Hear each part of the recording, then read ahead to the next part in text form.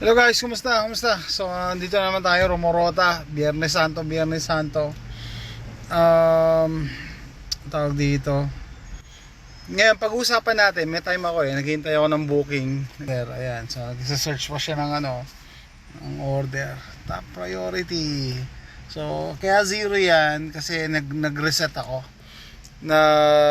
Nag-dash na ako kanina, tapos in-end ko, tapos ngayon, nag-start ulit ako. Dalawang bagay pag-usapan natin. Ano ang kailangan mo para mag-start ka, mag-deliver, either DoorDash or Uber Eats. Siguro yung 6 months na experience ko makakatulong niya. And pangalawa, magkano kitaan. So importante 'yon. Magkano kikitain? Ano yung expected mo na kikitain, no? So una, ano ang kailangan mo para makapag-start ka, makapag-deliver, kumita ka sa DoorDash or Uber Eats? Kailangan mo, syempre, kailangan may kotse ka. Kailangan may kotse ka. Yung luma naming kotse, 2013 Nissan Sentra, binili namin para kay JM sa pag-aaral niya. And nagwo-working student din siya. So, dati hatid sundo ko siya sa school, sa trabaho niya. Tapos nung dumating to, tiro ko siya mag-drive. Ayan, meron na tayong booking. Uy! Kunin na natin yan, 1450. 1450. 3 miles. Oh, jackpot to. Oh, tutuloy natin yung kwento. Yan, so order tayo. Ang order dyan sa Piada. Piada. Maraming order dyan Tsaka, usually, malaki bigayan. Ano yan Italian na... Then 20,711 Tuckerton Road, Suite 300, salad, Cypress, Texas salad and 77433. pasta. USA will be on the right.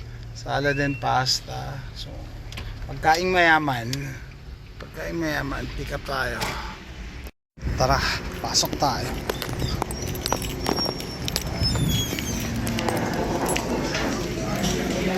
Yeah, na-pick up na natin.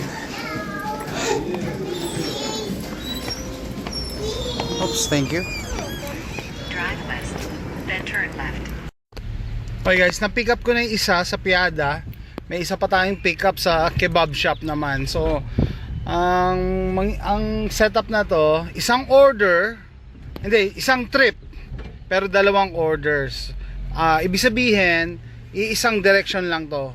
So, mas maganda to kasi mas matipid sa gas. Turn left.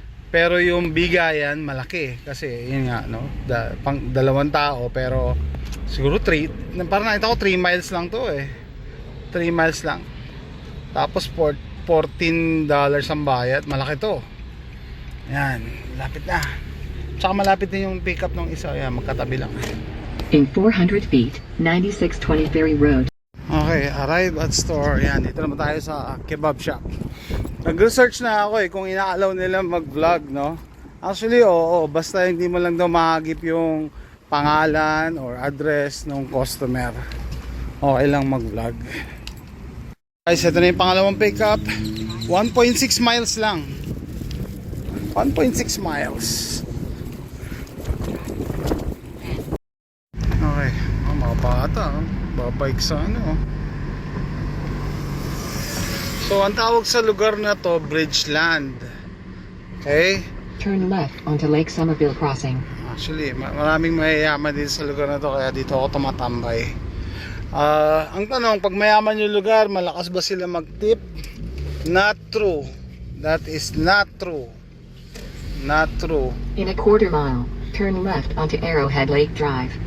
Yung malalaki kong tip yung mga naka-apartment pa nagtitip sa akin ng malalaki no? So it doesn't follow na pag mayaman yung, it's just that pag mayaman naman yung lugar, may magagandang mga orders. Ibig sabihin malalaki yung order nila, hindi yung maliliit lang na $3, $4 ganun. Ayan, malapit na yung drop off. One crossing. Okay, na-deliver ko na. So nangyari, isang tao lang pala yun. Tapos umorder siya sa dalawang separate na restaurant. Galante $14 ang niya, binayad niya, no? Tapos hindi ko na binidyohan kasi baka mahagip siya ng camera. Yan, dyan lang sila lumabas agad So, ayun guys, kumita na agad ako ng $14. Ganun kadali, ang bilis lang nun Wala pang, ilan mo ko 10 minutes. Tapos ngayon, habang nag-start ako ng kotse, may pumasok na order, $9 and change, almost $10. Sa Texas Barbecue naman tayo pick up. Okay guys, so ito na yung second order. Yung first 14, ito 9. So 23 agad to. Wag na accomplish ko to, no? This time ang pick up sa barbecue place. Dito. True Texas BBQ.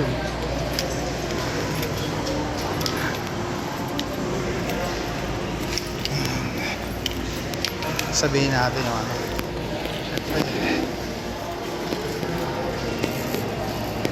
Hello, DoorDash? They're still working. Okay. Okay. So,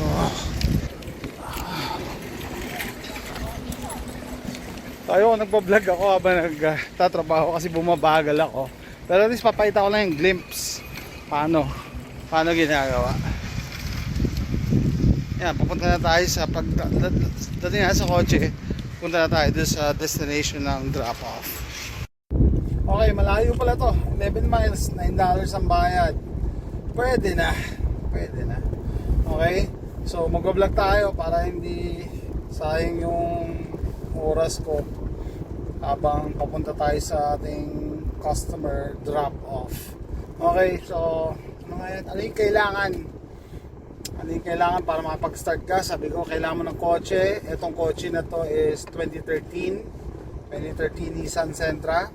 Nung nag-inquire ako last year, 6 years pwede pa to gamitin. So if you count back, siguro 2007 hanggang 2007 siguro last year. So ngayon hanggang 2008 pwede.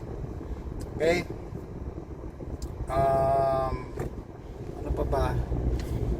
It doesn't follow kasi, no? Na pagka bago yung sasakyan, maganda tumakbo. Responsibilidad, I'm trying to say is, responsibilidad mo yan na dapat good running condition yung sasakyan mo. Kasi, nasa kalsada ka palagi, ayaw mong car trouble ka habang magdi-deliver ka, di ba? Isa sa mga fear ko sabi ko, paano kaya yun? Paano pagka na-pick up mo na yung pagkain ako at hindi mo ma-deliver, baka ibawas sa kita mo, no? Anyway, tatanong tayo doon sa kakilala natin. By the way, shout out, may namit akong isang Pinoy na dasher din, si Dave. Shout out si Dave. Malapit lang yung subdivision nila sa amin. Actually, punta kami sa Sunday sa kanila. Tanungin ko siya kung pahig siya mag-vlog. Sama ko siya, interviewin ko. No? Ano yung sinasabi ko? So yun, kotse. Kailangan meron kang good running condition na kotse. Tapos meron silang number of years. Ibig sabihin, meron silang years na accepted. Siyempre, hindi pwede yung luma-luma. So ngayon, hindi pwede yung 2007 pababa. Hindi, 2008 na yata ang start. No? Ano pa? Left. Okay. Ano pa ba? Kotse. Okay. Hindi naman kailangan bago. Hindi kailangan makinis. They don't care. May mga kasabay pa nga ako na nagdi-deliver na may tama yung sasakyan. Ibangga. They don't care. Ang mahigpit yung sa Uber, yung pagka magpipick up ka ng tao, syempre kailangan presentable yung sasakyan mo. Hindi yung puro tama, wasak-wasak, hindi pwede. No? Meron silang mini-maintain na standard dun Pipicturean mo yata yung sasakyan mo. Kailangan pumasa sa kanila. Kaya hindi ko nagamit to kasi nung nag-start ako, may basag yung salamin ko, tapos may gas-gas ako dyan, may pipi. So sabi ko habang inaayos ko siya, mag-deliver muna ako ng pagkain. Sabi ko mas malaki kasi kitaan pagka naghatid ka ng tao Kasi nga usually isang drive mo $25, $30 dito nung nag-research ako, na-dismaya ako, sabi ko, balik na pala nakita sa sa food delivery. $3, $4. Kailan ka pa makakaipon ng ano, ng 100 or kahit 50, di ba? Yun yung naisip ko. So pag-usapan din natin yung kita. Pero yun nga, yung kailangan natin, sasakyan, kailangan mo ng cellphone. Hindi ba sa cellphone, kailangan mo may naka-unlimited ka na data. So dati hindi ako naka-unlimited kasi palagi lang ako nasa bahay, tsaka may wifi. Yan, so it's so happen na yung wifi namin sa bahay, may In a half mile, turn left onto West Road. Salamat. Yan. May libre phone. Merong phone, unlimited pa. So yun, sakto, nagagamit ko. So yun, kailangan mo ng phone. Kasi magre-rely ka sa app. Sa Dasher app or sa Uber app.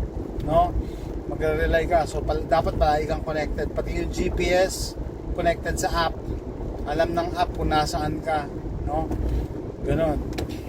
So, kotse, cellphone. Turn left onto West Road. Pizza bag. Pizza bag. Nung nagda-drive na ako, sabi, kailangan mo ng pizza bag para makapag-deliver ka ng pizza. So, bumili ako sa Amazon nito, $12. Totally worth it. Kasi yung unang delivery ko, ang tip sa akin, $12. Tip lang yan, ha. So, dito sa Amerika, yung tip is non-taxable. Talagang pag tinipan ka, sa'yo na yun. No? So, $12 to. And I found out na yung DoorDash nagbibigay pala ng free na pizza bag. So, nag-email ako sa kanila. Nagbibigay daw. So, yun. Nasa bahay yung pizza bag ng DoorDash. Hindi ko pa nabubuksan. Ito lang kasi sulit na ako. Pero baka pwedeng gamitin ko na parehas. Bakit? Kasi minsan madami akong order eh. Hindi kasi sa isang bag. Like the other day, parang 7 na pizza. Hindi kasi dyan eh. Hanggang 4 lang dyan. Kasi pag pinicturean mo using the phone, i-request nila na gumamit ka ng pizza bag. Okay? Para ma-maintain nga yung init ng food. Siyempre, sino ba nang gustong kumain ng malamig na pizza? Okay, ano pa? So, alam mo ng kotse, cellphone, pizza bag. Kailangan mo ng charger, matinong charger. Continue for 1 mile. Yung mga unang biyahe ko may time doon na na-drain yung battery ng cellphone ko, nagpanic ako Kasi mawawala ka kailangan i-deliver mo yan. Tapos pag hindi mo siya na-deliver on time, pe-penalize ka. No? Siyempre magtataka sila, ba't di mo dinideliver? Saan ka nagpunta? May pagkain kang dala. Hindi baka matanggal ka sa trabaho pagka gano'n. Pag marami kang violation, contract violation yun pag hindi mo na-deliver agad. Ibig sabihin, may certain time frame dapat ma-deliver mo. Tapos, kailangan mo patungan ng cellphone. Ang pinakamaganda ko isasuggest, magnetic para lalapag, didikit mo na lang. Ako yung patungan ko ng cellphone nakasuksok sa CD. In a quarter mile, turn right onto West Green Kaya Boulevard. ako nagsi-CD. Kaya yan. Magnetic para mas mabilis ako. Sakay baba. Ubod. Kesa ikaklamp mo pa yung cellphone mo, matagal yun. Okay? Ano pa? Yung misis ko, binalan ako ng yung mapakita ko yung partition Turn sa right onto West Green Boulevard. ito trunk organizer. Ayan, trunk organizer. Sabi ko pa sa kanya, hindi ko kailangan yan, pero very effective.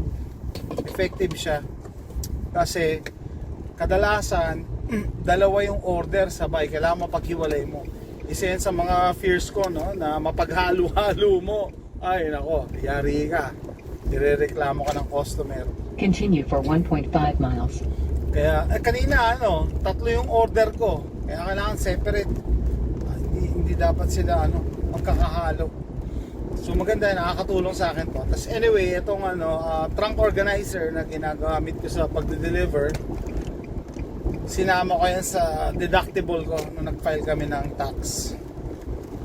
income tax return. Okay?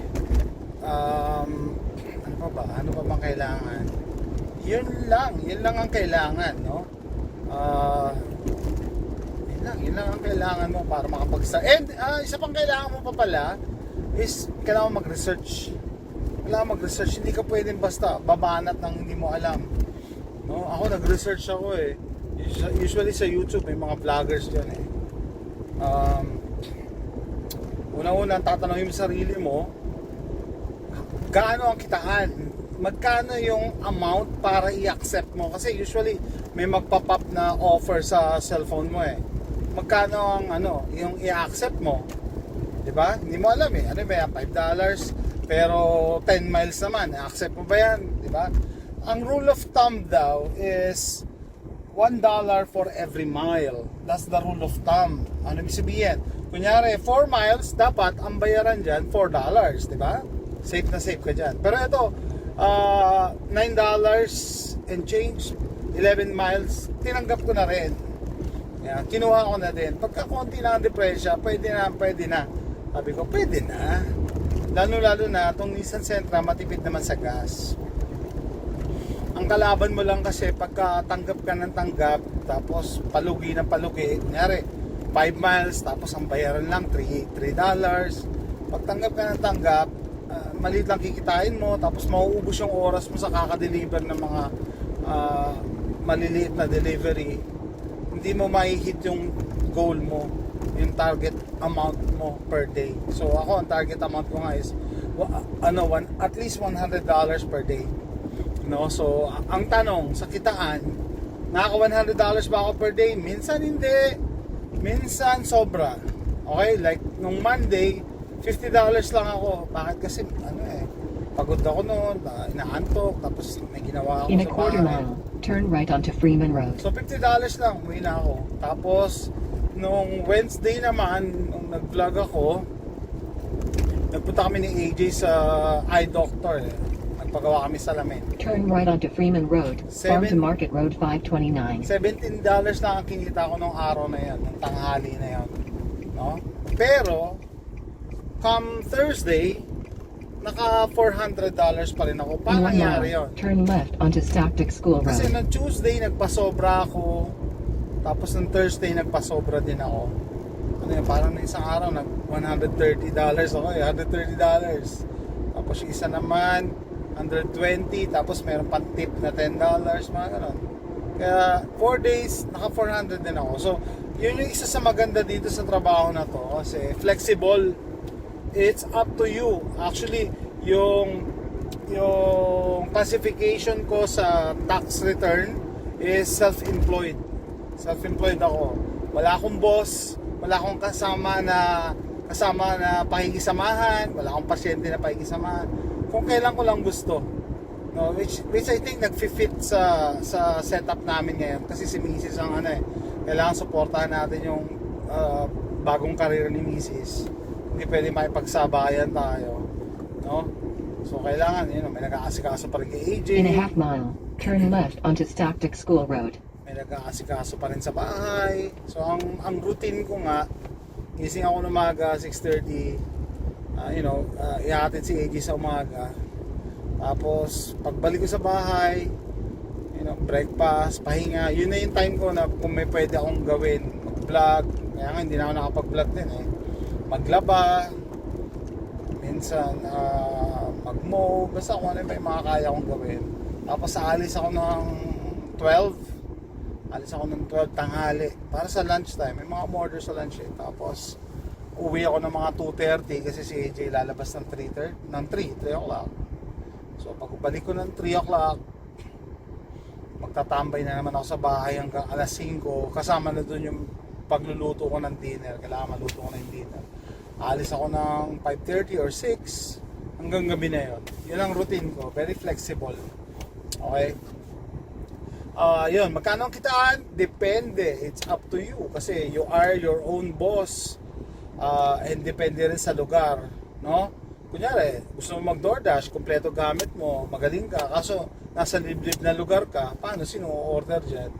Diba? It just so happen to area namin, urbanized na. At saka maganda yung development, madaming mga restaurants na, no? Maraming mga stores. Kaya tapos dumami yung mga apartments. Dami, so dumami mga tao, dumami nagpapa-order. Kaya maganda yung kitaan. And then depende sa lugar, no? Depende din sa iyo kung ano, magkano gusto mong kikitain per day. Kung gusto mo lang $50 per day, okay, para hindi ka pressured. $50 times 10 is 500 in 10 days, di ba? In 20 days, may 1,000 ka na. O the rest, may 1,000 a month ka na. Tapos the rest, gusto mo ipahinga na lang o may gawin ka, whatever. So, ganun, depende.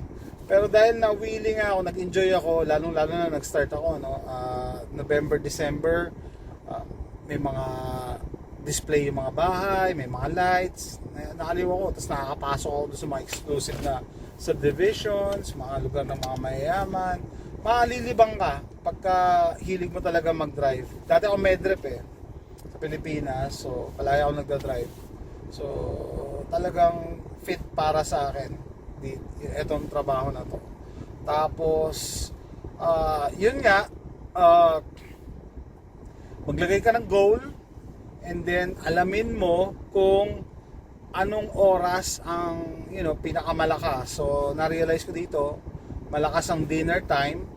Tapos sa umaga, ang goal ko sa tanghali, sa lunch time, sabi ko sana makakuha ako ng kumita ako ng mga $30 o $40, no? Para sa gabi, kailangan ko na lang 60. Madali na 'yon, no? Pero dati nung hindi ako lumalabas ng tanghali, hapon na talaga ako lumalabas.